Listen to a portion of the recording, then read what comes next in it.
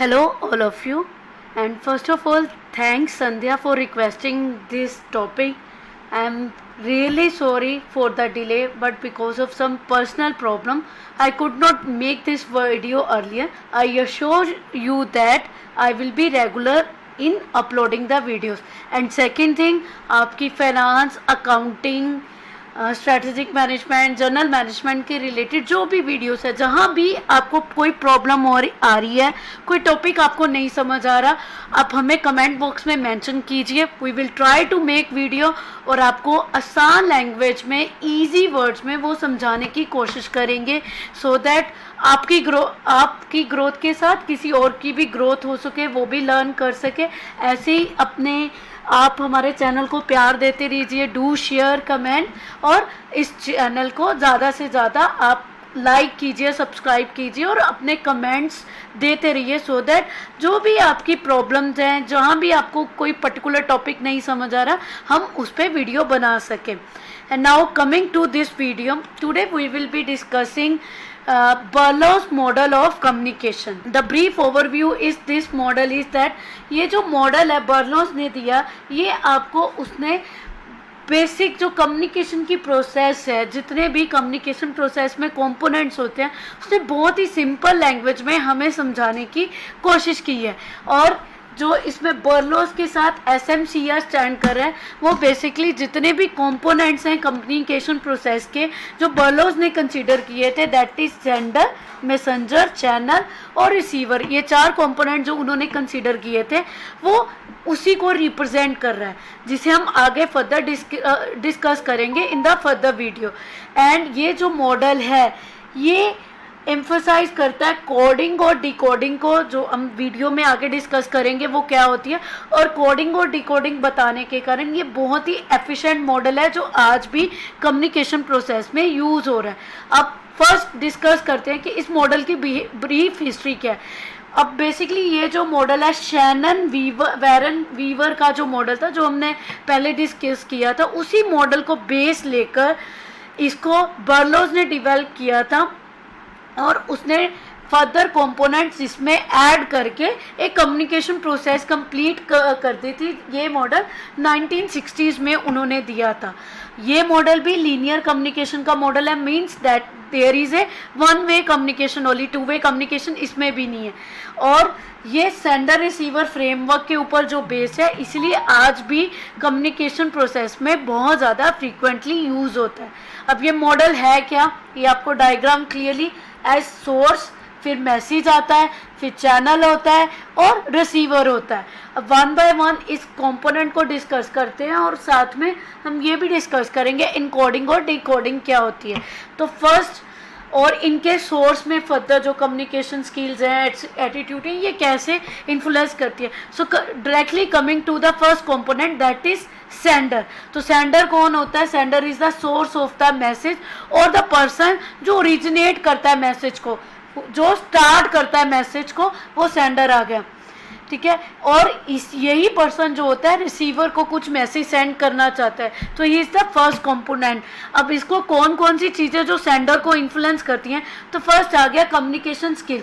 Means जो sender है, जो मैसेज सेंड करना चाह रहा है, उसकी कम्युनिकेशन स्किल्स कैसी हैं.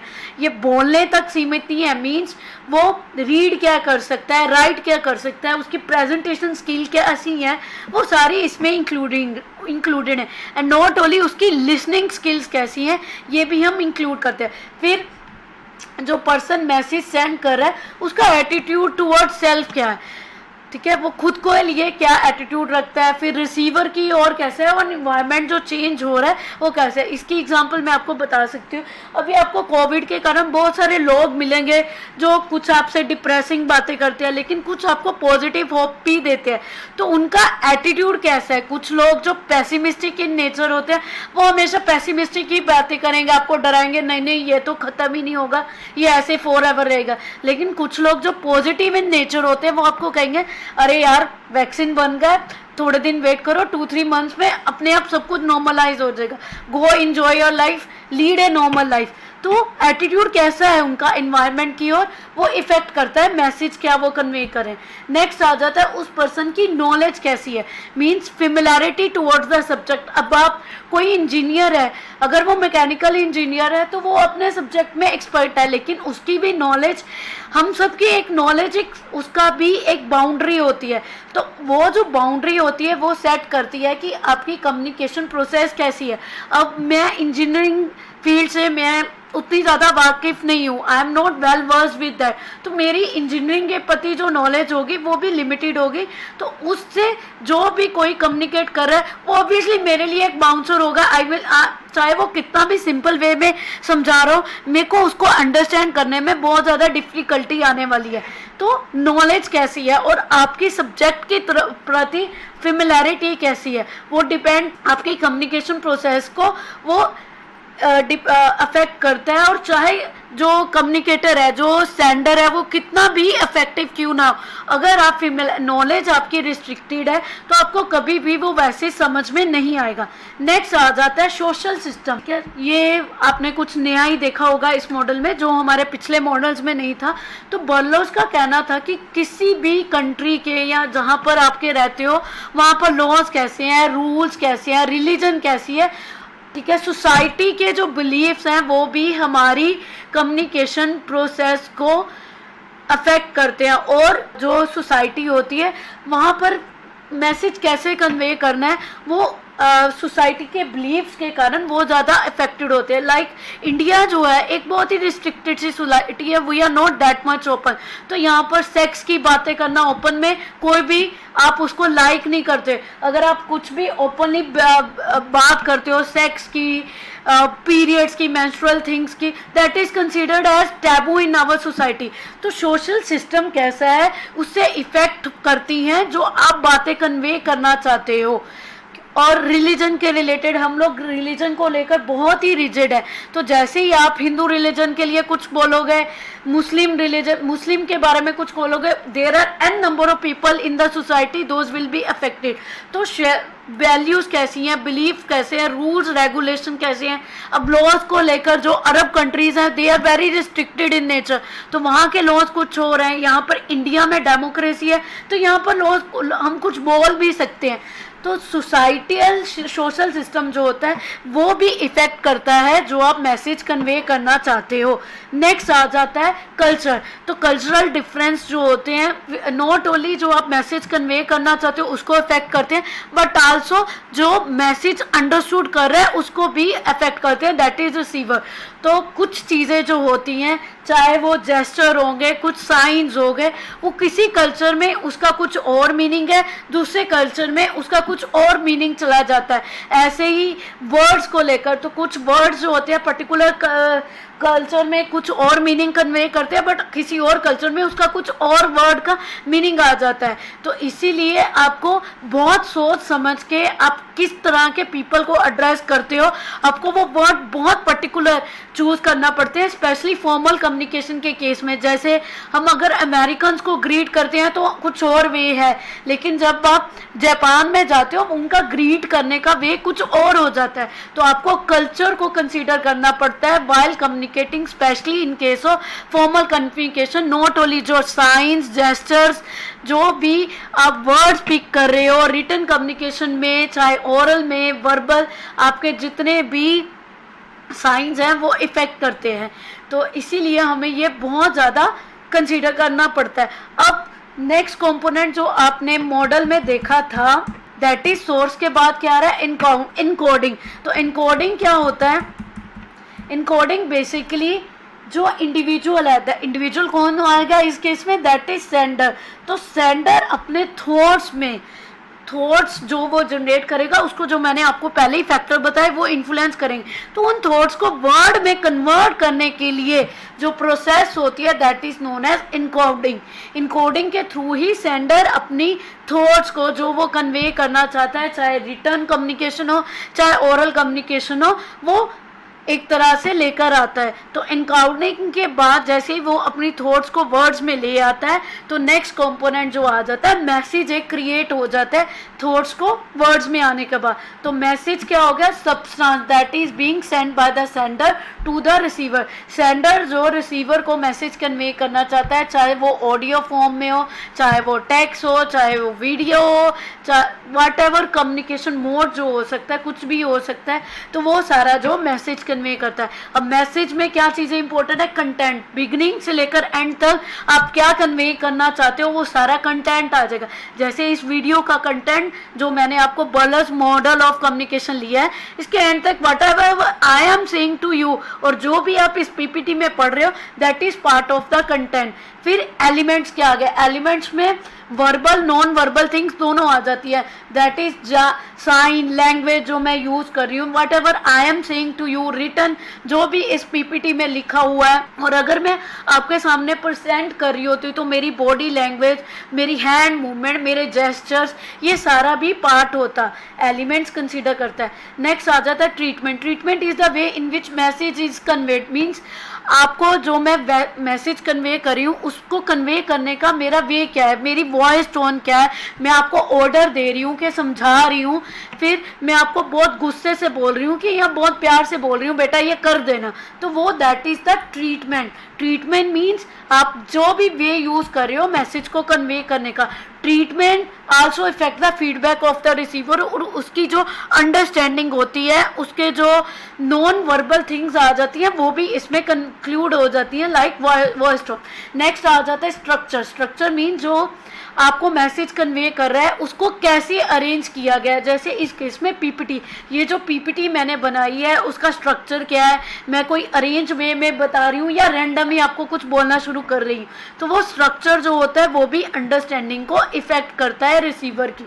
नेक्स्ट आ जाता है कोड, मीन्स आपको मैं किस फॉर्म में मैसेज कन्वे कर रही हूँ। जैसे हमारी मिलिट्री ऑर्गेनाइजेशन जो होती हैं या जो भी ये मैसेज कन्वे करती हैं, आप रेडियो सिग्नल देखते हो तो वो कई बार वो जो होते हैं टेक्स्ट फॉर्म में नहीं होते, उनको आपको डिकोड करने के लिए कोई स्पेशल लैंग्वेज वो यूज़ करते हैं जिसको आपको मैसेज को डिकोड करना पड़ता है। तो कोडिंग फॉर्म में, बाइनरी कोड में मैसेज कन्वे होता है। अब क्या वे में कोड को आप मैसेज जो कन्वे कर रहे हो वो कैसे कन्वे कर रहे हो, that is the code in the form in which message is being send to the receiver. Next आ जाता है चैनल। अब आपके पास सेंडर आ गया, सेंडर ने इनकोड करके एक मैसेज फॉर्म कर लिया। अब मैसेज आने के बाद नेक्स्ट थिंग आ जाती है आप कौन सा चैनल यूज़ करेंगे उस मैसेज को कन्वे करने के लिए, किसी को सेंड करने के लिए, टू द मैसेज को रिसीवर तक पहुंचाने के लिए आप क्या चैनल चूज़ करें। अब आज के मास कम्युनिकेशन की फॉर्म में हम टेलीफोन यूज़ कर सकते हैं, इंटरनेट के थ्रू मेल सेंड कर सकते हैं, बट बेसिक जो हम जब किसी से भी कम्युनिकेट करते हैं तो जो 5 हमारी सेंसेस होती हैं that work as a channel. अब ये 5 सेंसेस के आगे हियरिंग, आप जो सुन रहे हो, जैसे आप अभी मेरी वीडियो सुन रहे हो, सीइंग आप जो देख रहे हो, और जब हम देखते हैं तो उसके साथ साथ हम नॉन वर्बल जेस्चर को भी देख लेते हैं जो हमारी मैसेज की अंडरस्टैंडिंग को इफेक्ट करते हैं। टच मीन्स आप टच, जैसे होल्डिंग हैंड्स, एक होल्डिंग हैंड जब हम शेक करते हैं आपकी वो एक बहुत स्ट्रॉन्ग मैसेज कन्वे करता है। फिर स्मेल, जब हम सूंघते हैं तो भी हम कुछ चीज़ें सेंस कर लेते हैं कि ये पर्टिकुलर थिंग कैसी है, कि यहाँ क्या मैसेज कन्वे हो रहा है। क्या लास्ट टेस्ट आल्सो प्रोवाइड। अब टेस्ट बिटर है, सॉर है, स्वीट है, ये आपको टेस्ट करके ही पता चलता है, तो test also act as a channel. तो ये तो बेसिक पर्टिकुलर आगे चैनल जो एक वाइल कम्युनिकेटिंग जो हमारी 5 सेंसेस हम यूज़ कर सकते हैं। और मॉडर्न कम्युनिकेशन में टेलीफोन, इंटरनेट, रिटर्न के केस में आप लेटर जो पोस्ट करते हो, they all work as a channel. Next आ जाता है लास्ट कंपोनेंट रिसीवर। तो receiver is the person who gets the message send, जो मैसेज आप सेंड कर रहे हो। अब इसमें जो मेन थिंग आ जाती है, जैसे इनकोडिंग हुई थी तो यहाँ पर डिकोडिंग हो गई। तो व्हेन मैसेज रिसीव्स, जो मैसेज है रिसीवर के पास पहुंचता है, he tries to understand what actually sender wants to convey, और उसी के अकॉर्डिंग वो पोन करता है। तो इस प्रोसेस को कहते हैं डिकोडिंग। मीन्स सेंडर ने जो मैसेज भेजा जिस भी चैनल के थ्रू, तो उस चैनल से रिसीवर को पहुंचा, बट इस बीच में उसको मैसेज को डिकोड करना पड़ेगा इन ऑर्डर टू अंडरस्टैंड कि ये जो फर्स्ट कंपोनेंट था आपका सेंडर वो क्या कहना चाहता है। तो इसीलिए जब मिलिट्री ऑर्गेनाइजेशन में मैसेज सेंड होता है, तो अगर आपको वो पता नहीं है उसकी कौन से उसने जेस्चर हैं उस कोड को डिकोड करने के लिए, आपने बहुत सारी मूवीज़ देखी होंगी जहाँ पर वो बहुत सोच रहा है कि ये मैसेज क्या कन्वे कर रहा है, क्या इसका मीनिंग कर रहा है, तो उसमें डिकोडिंग का ही रोल है। डिकोडिंग इसलिए भी ज़रूरी हो जाती है मैसेज को जब हम कोड करते हैं, सो दैट जो इंटेंडेड रिसीवर है उसी के पास मैसेज पहुँचे। कई बार हमारी बहुत सेंसिटिव इंफॉर्मेशन होती है, हम नहीं चाहते कि वो पब्लिकली सबके पास पहुंचे, वो इंटेंडेड पर्सन के पास ही जाए, इसीलिए हम उस मैसेज को इनकोड इस तरह से कोडिंग उसकी ऐसी करते हैं कि सिर्फ रिसीवर उसको डिकोड करके अंडरस्टैंड कर सके। अब इस केस में रिसीवर की जो थिंकिंग पैटर्न है, ठीक है, और जो हमने सेंडर के केस में जितने भी कंपोनेंट बताए थे आपको, वो उसकी लिसनिंग स्किल्स कैसी हैं, जैसे अगर वर्बल है वो सारी चीज़ें इन्फेक्ट करेंगी, उसका कल्चर कैसा है, जो मैंने आपको पहले भी बताया रिसीवर सेंडर के केस में कम्युनिकेशन स्किल कैसी है, एटीट्यूड कैसा है, नॉलेज कैसी है, सोशल सिस्टम कैसा है, कल्चर कैसा है, और उस पर्सन का खुद का थिंकिंग पैटर्न कैसा है, वो सारी चीज़ें इफ़ेक्ट करेंगी कि वो मैसेज को कैसे समझता है। कई बारी वो डिकोड ही नहीं कर पाता, ब्लॉकेज आ जाती है कल्चर या सोशल सिस्टम के कारण, जो हम इंटेंडेड मैसेज भेजना चाहते हैं कई बारी वो रॉन्ग वे में कन्वे लोग समझ लेते हैं। कई बारी हमें भी समझाना पड़ता है कि मेरा ये मतलब नहीं था, वो मेरा ये मतलब नहीं था का मीनिंग क्या हुआ कि मैं ये कन्वे नहीं करना चाहता था, जैसे आपने इसको ले लिया। तो वो ब्लॉकेज क्यों आती है? Because of these reason. तो इसीलिए एक इफेक्टिव कम्युनिकेशन के केस में ये जितने भी आपके कंपोनेंट है सेंडर और रिसीवर के केस में ये सिंक होने बहुत ज़रूरी है, तभी ये मॉडल इफेक्टिव हो पाएगा, तभी कम्युनिकेशन इफेक्टिव हो पाएगी। अब इसकी एडवांटेजेस मॉडल की जो मैंने आपको पहले ही बता दी हैं कि ये कंप्लीट प्रोसेस बताता है जिसमें उसने नॉट ओनली कंपोनेंट्स लिए और उनके फर्दर सब कंपोनेंट्स भी लिए बर्लो ने, ठीक है। और ये एक कंप्लीट प्रोसेस जो अभी तक मिसिंग थी इसने वो बता दी। बहुत ही सिंपल मॉडल है, कोई इसमें बहुत ज़्यादा डिफ़िकल्टी नहीं है अंडरस्टैंड करने में, बट स्टिल ये मॉडल का भी क्रिटिसिज्म होता है like other models. First criticism वही, क्योंकि ये एक लीनियर मॉडल है, टू वे कम्युनिकेशन नहीं है, इसलिए फीडबैक का स्कोप ही नहीं है इस मॉडल में। नेक्स्ट आ जाता है नॉइस बैरियर, जो आपके सोशल सिस्टम के कारण आते हैं, कल्चर के कारण आते हैं, और एनी अदर थिंग जिससे वो जो आप कन्वे करना चाहते हो वो अंडरस्टूड नहीं हुआ। जो बैरियर्स इन कम्युनिकेशन होते हैं वो चाहे चैनल के कारण आ रहे हैं, मैसेज के कारण आ रहे हैं, whatever, that is not consider. Next आ जाता है it is a linear model of communication, two way communication नहीं है। और नेक्स्ट आ जाता है कि जो भी फैक्टर जो मैंने आपके सेंडर और रिसीवर के केस में वो सिंक में होने चाहिए, तभी ये इफेक्टिव होगा। अगर वो कोई और कल्चर से है, दूसरा रिसीवर कोई और कल्चर से है, तो मैसेज अंडरस्टूड होने में बहुत ज़्यादा प्रॉब्लम आ सकती है, मिसअंडरस्टैंडिंग्स हो सकती हैं। और लास्ट आ गया कि नो डाउट इसने 5 सेंसेस को कंसीडर किया, बट 6th सेंस जो है, जो हमारी 6th सेंस है किसी थिंग्स को लेकर, अंडरस्टैंडिंग को लेकर, आपकी जो इंट्यूशन है उसको नहीं कंसिडर करता, जो कि एक ह्यूमन के लिए बहुत एसेट्स है, that is completely ignored in this model.